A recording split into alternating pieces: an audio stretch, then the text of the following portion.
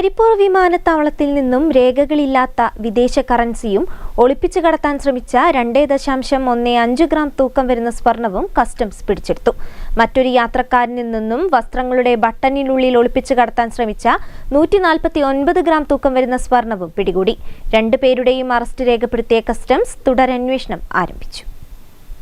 CISF ഉദ്യോഗസ്ഥരിൽ നിന്ന് ലഭിച്ച വിവരങ്ങളുടെ അടിസ്ഥാനത്തിൽ കോഴിക്കോട് അന്താരാഷ്ട്ര വിമാനത്താവളത്തിലെ എയർ കസ്റ്റംസ് ഉദ്യോഗസ്ഥർ നടത്തിയ പരിശോധനയിലാണ് 16,26,621 രൂപ വിലമതിക്കുന്ന വിദേശ കറൻസിയും 24,000 രൂപ വിലമതിക്കുന്ന 2.15 കിലോഗ്രാം തൂക്കം വരുന്ന സ്വർണവും പിടിച്ചെടുത്തത്.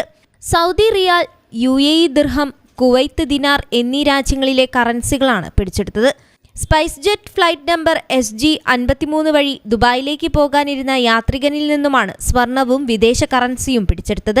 അതേസമയം സ്വകാര്യ ഭാഗങ്ങളിലും കുട്ടികളുടെ വസ്ത്രങ്ങളുടെ ബട്ടണുകൾക്കിടയിലും സ്വർണം ഒളിപ്പിച്ചു കടത്താൻ ശ്രമിച്ച സംഭവത്തിൽ മറ്റൊരാൾ കൂടി പിടിയിലായി.